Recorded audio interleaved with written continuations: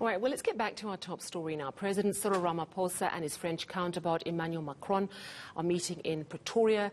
A little bit earlier, we saw the pomp and ceremony from the union buildings. That part of the program has now wrapped up, and the dignitaries are heading to UNISA for an evening program. They're both going to be speaking at that event, but they're going to be talking a lot about health and science. If you look at the guest list for this evening, it is Professor Qureisha Abdul Karim, co-director of CAPRISA, on the need for African vaccines or vaccines in Africa.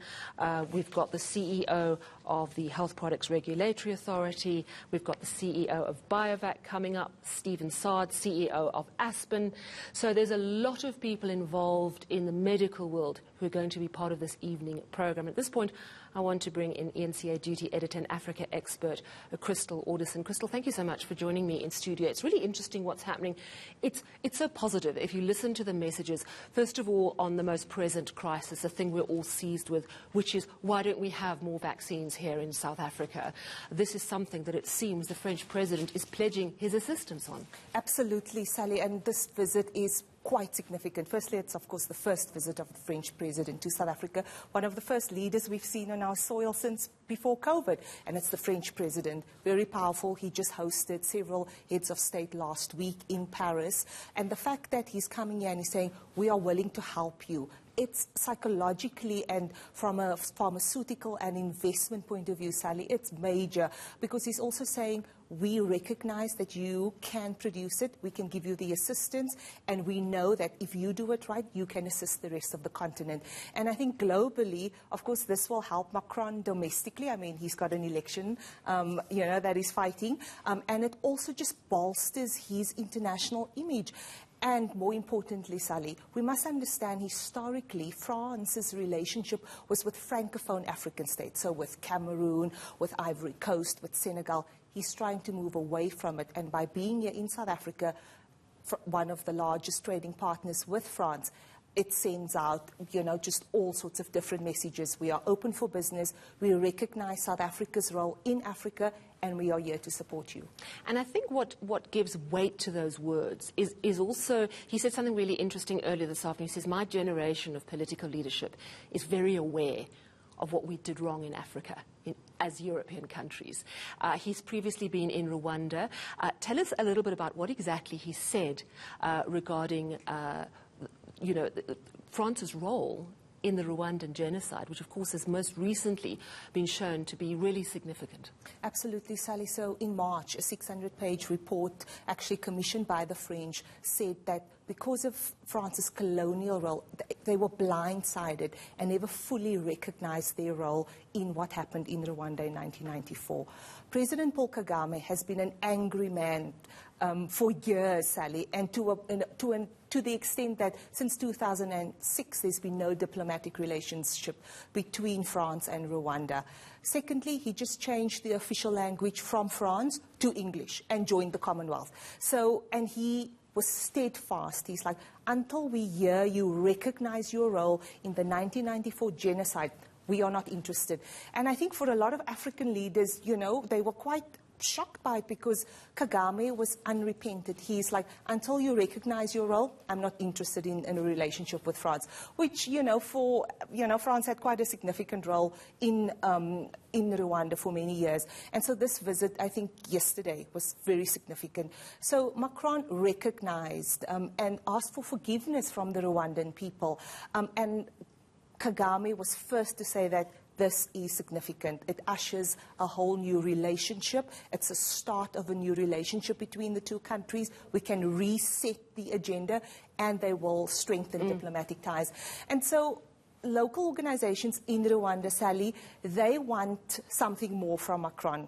But if we look at the history of France, if we look at its relationship with Algeria, for instance, we're never going to get countries fully saying, I did this during X time. And I think for now, this is how far we're going to get France recognizing their wrongful role in the 1994 genocide. It's interesting because two thoughts occur to me. It's like when those organizations are looking for something more, are they looking for monetary compensation? Because if you look at, there was a tweet a little earlier, CNN reporting that in Germany, they have asked for forgiveness of Namibia for colonial atrocities on the people of that country, and they are giving, I think, over $1 billion to Namibia. Do you think that ultimately it's going to come down to the bottom line? I think financial compensation is one way of recognizing your role and trying to rebuild and recognize your role in the past. And I think the fact that they're starting this new diplomatic relations, they're going to have ambassadors in each other's countries again, I think that is the start. Because Paul Kagame is a very ambitious man, Sally. He has great plans. In fact, he wants to build a stock exchange to rival the Johannesburg Stock Exchange. And so Paul Kagame has a bigger plan for his country, and I won't be surprised if a big financial package is on its way from France. You know, the second thing as well is that all good business has to be based on trust. So Emmanuel Macron, I think, has seized that and realized that until there's an acknowledgement of past misdemeanors, that business relationship is never really going to flourish. And of course, it comes at a difficult time if we're seeing what's happened in the Cabo Delgado region of Mozambique, where there's insurgent attacks, has effectively shut down Total's business plan to mine the offshore gas. So there's a lot of challenges to this. What do you think France is thinking about how good a prospect Mozambique is at this point? Sally, I mean, we're talking billions of dollars, and Total has, you know, invested that to some extent because they've set up base in Cabo Delgado. To declare force majeure and actually remove your staffers based on the insecurity, I mean, that's significant. So I think there's a recognition, of course, from SADC and from France that we need to help. And I think, you know, Macron was very careful in his choice of words. We will take our lead from African leaders, and we know that SADC just met yesterday.